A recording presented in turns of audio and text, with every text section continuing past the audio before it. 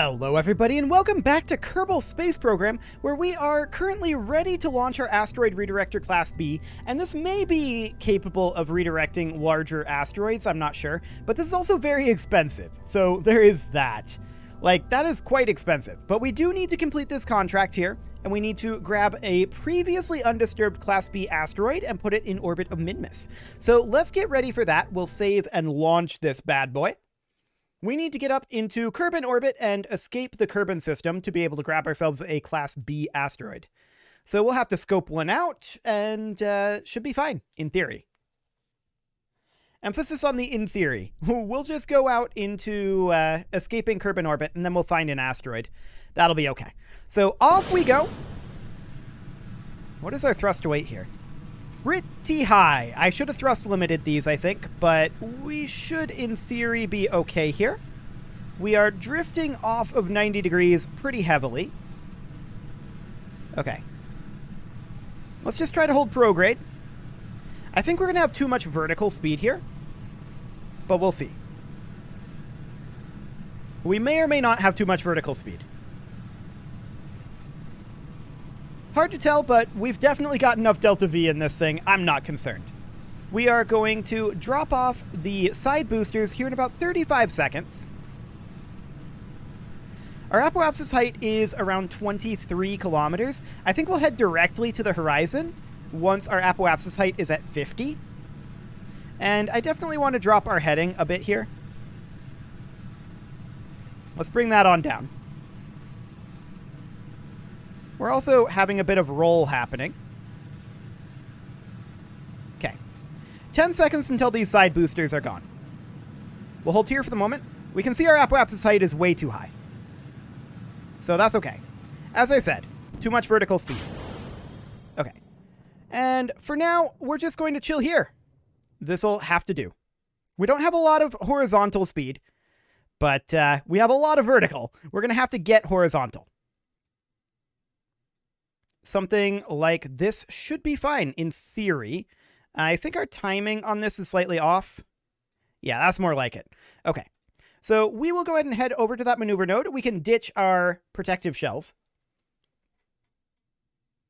It's going to be a very slow turn, but our burn isn't going to start for about 2 minutes. So that should be fine. We are in space now. And that, of course, means that we can extend our arms here. Target extension. Boom. There we go. Extend those on out. And extend our solar panels as well. We're going to start our burn in about 2 minutes here. We still have a lot of gas in this tank, so I'm not too concerned about that. We are aligned for it as of now-ish. Okay. So we're going to start that burn in about a minute. About 10 seconds. And we're going to start the burn as of now. And off we go. We need a lot of horizontal speed. Like I said, I thought that we'd have too much vertical speed, and that was absolutely the case. We absolutely did have way too much vertical speed, but this is fine. This is completely okay. 150 kilometers will do. We're going to burn off most of this tank with our circularization burn here. Now, if we had timed this to, coincide with going to the moon, it would have been more efficient. But I don't usually do that. I just wing it and overbuild. It'll be fine. It'll be fine. We've got 400 meters per second left to burn here. And you can see that we've got about 100 extra meters per second in this tank. That's fine. 100 meters per second to go. We're now officially in orbit, and this is good enough. So we'll hold here, and we will head on out to the moon. So the moon is currently here. That's fine. We're going to aim for somewhere around perhaps here. Let's see what that looks like. Okay. That's definitely a collision course with the moon, but we can back off on this slightly. About like that. And that gives us a gravity assist for 810 meters per second. I like it. We're going to head over to this maneuver node. The physics warp is definitely awkward. There's no doubt about that. And this burn will be in about 24 minutes, so we will just position here, and off we go. Cool. I mean, this is not an ideal angle for our Gigantors, but it'll do.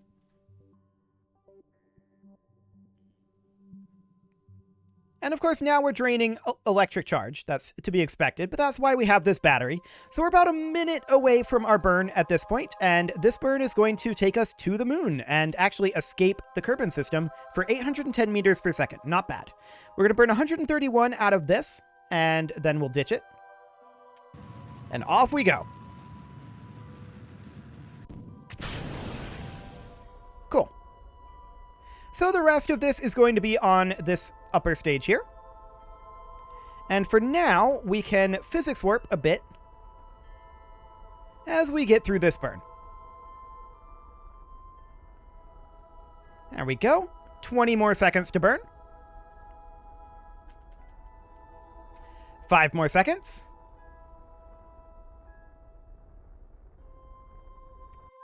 Okay. And we're just going to burn very minutely here and see if we can save any delta V. We probably can save a little.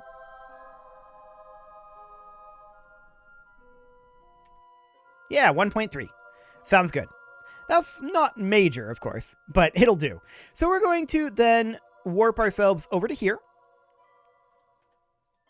Here we come, moon. Again, this is not an ideal angle for sitting with the sun here. We want to sit with, instead of it being like crossways with the sun here, which is not exact, but we want it to be more of an X shape. Almost. I mean, we're going to have some blockage here for sure, but, you know, a little bit more like this. But you can see there's definitely a little bit of blockage there. And a little bit here as well. But overall, that should be reasonable sun flow. Or power flow, rather. So let's head back to the Space Center for right now that we've got this on an escape trajectory. We don't need to worry about that ship for quite a number of days. We will time warp it, but for now we're going to scope out a Class B asteroid. Let's see what we can get.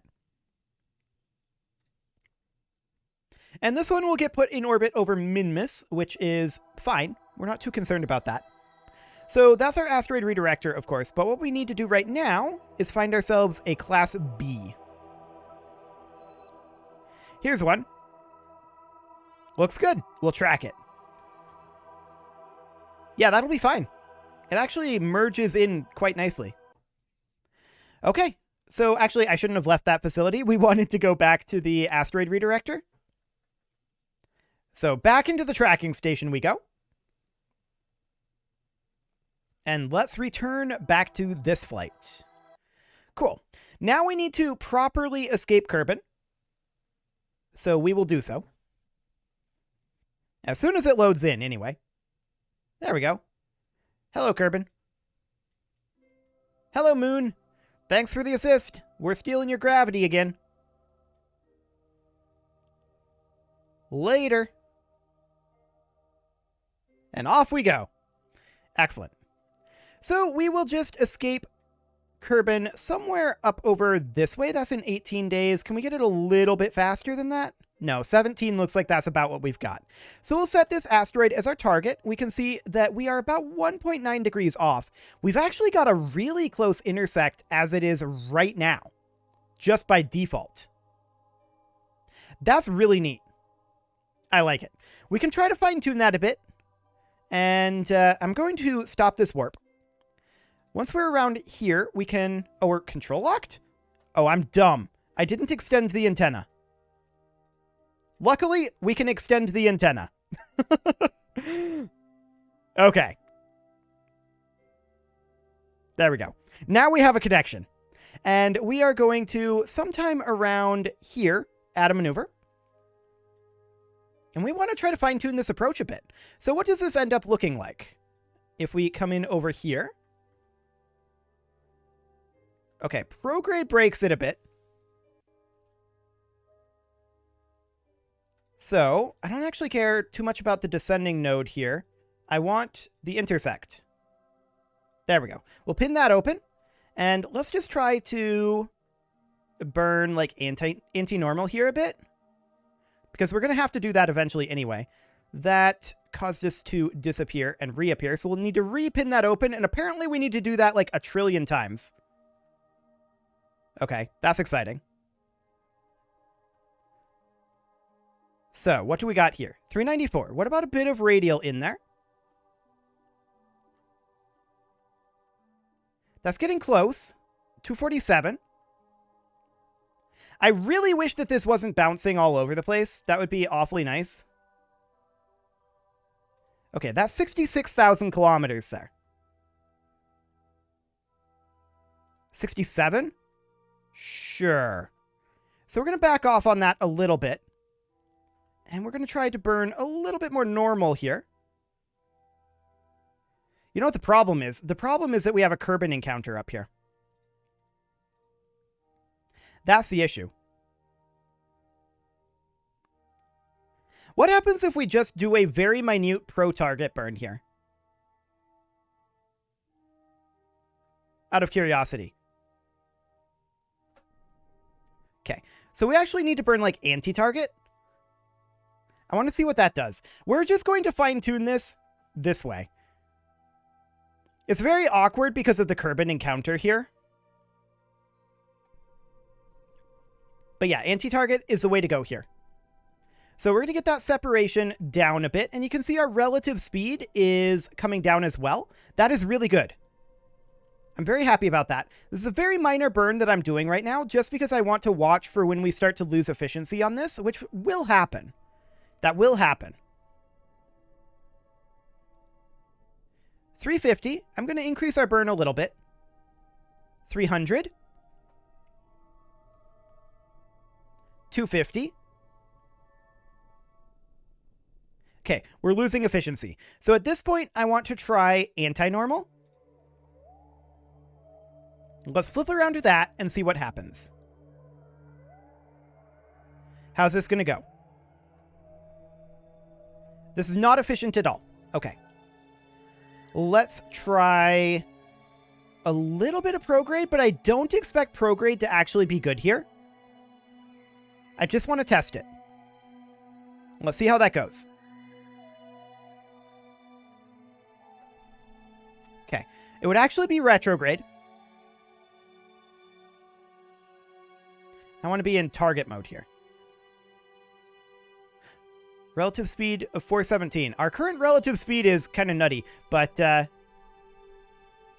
okay. Retrograde is getting us a little closer, but we are losing efficiency here. That's the best that we're going to get. So we're going to need to try the radials, and let's see how that goes. This might be the closest that we get here.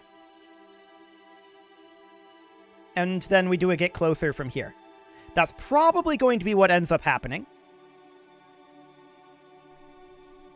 Okay. So that looks like that's about as good as we're going to get. So we're going to warp around to here. That's going to be a pretty lengthy warp, but it's not going to be too bad. And we can see our relative speed to the target is just plummeting. So that's fantastic. This is going to be very close to the target's periapsis. I feel like this is weird, but sure.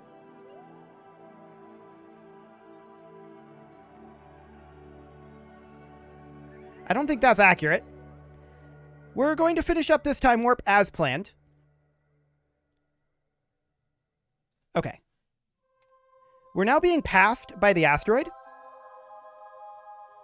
Distance is still declining. So this is still our closest approach. We'll go ahead and warp there. That's another 12 days in the future. 10 days to go. And we're going to need to burn target retrograde about 400 meters per second to match velocities. And then we're just going to do a get closer burn. This is actually good enough. I'm surprised that we were this close just to start with. It was pure luck. Pure luck. We launched at the right time by accident. Okay, we're now about as close as we're going to get to this thing. This is currently increasing. What the heck is this target? Unset target. Set as target. Target retrograde. What is going on here? I feel like this is super buggy. We should be like 400 meters per second apart here. not 9,000. It's also not showing us its orbit. Okay. Did we just lose contact with it? I think we just lost contact with it. The scope is right here. Yeah, it just faded out. Let's head back to the tracking station and see what's going on. Maybe we just need to reload it. It could be a bug, or it could be that we lost tracking. No, it's right here. Okay. Let's try reloading this and see what happens. That was very strange. I was not expecting 9,000 meters per second separation. And the asteroid is... Maybe the problem is that the asteroid is currently in the Kerbal system.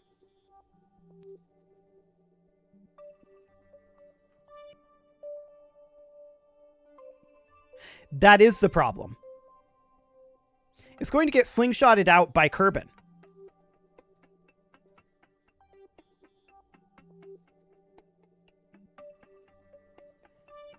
I see. So how are we supposed to do this then?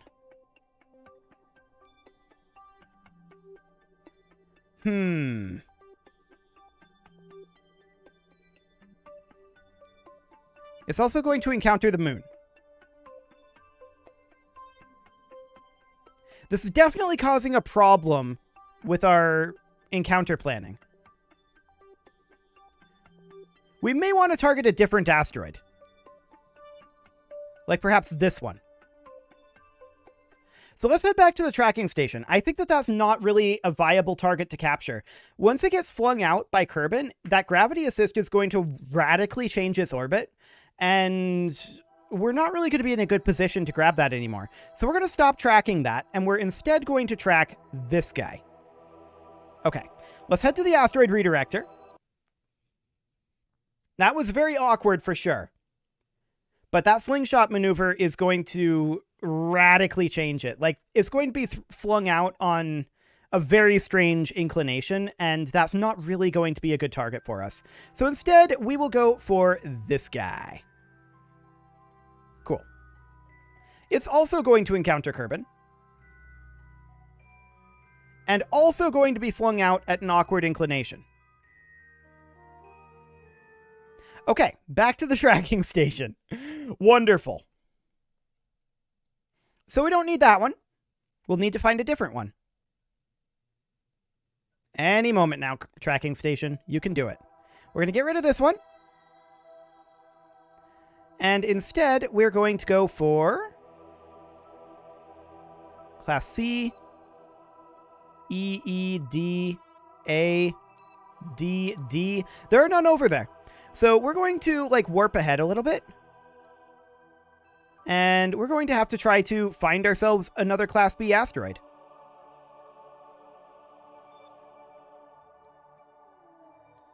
Yep, none of these will work. A Class C, a Class D. There are more popping in all the time that we're detecting with our telescope. I really wish that we could track this one.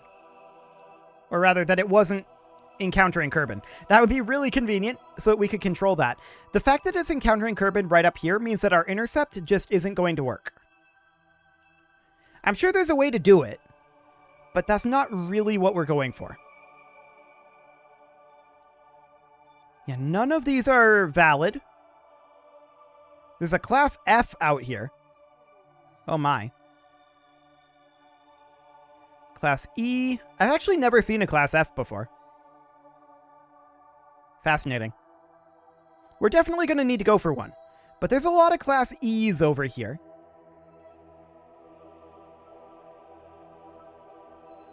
I believe that one's a comet.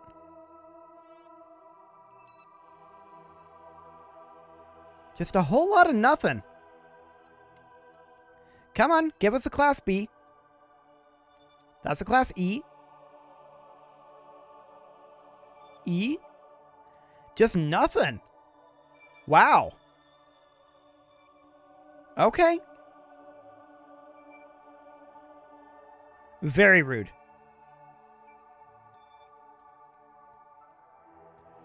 All we need is an undisturbed Class B, and one that's not going to be slingshotted out on a wild inclination from Kerbin. That would be nice. One that we can actually intercept. There are more popping in up here.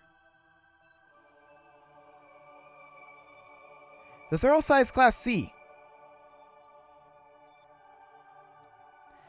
A C will not count for our contract.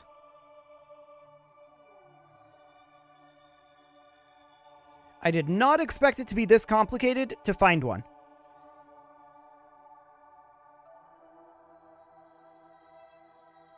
Well, okay. That is some exciting stuff. I think what I'm going to do here is we're pretty close to being ready to end this episode.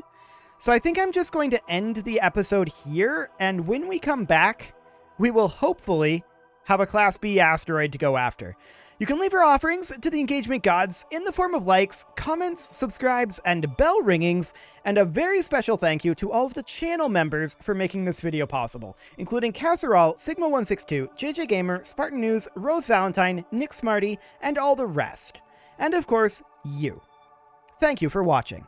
If you'd like to support the channel, you can click the join button down below the video, and as always, I will see you all next time, and hopefully we'll have a Class B asteroid that we can intercept. That would be awfully nice. We'll see if that happens.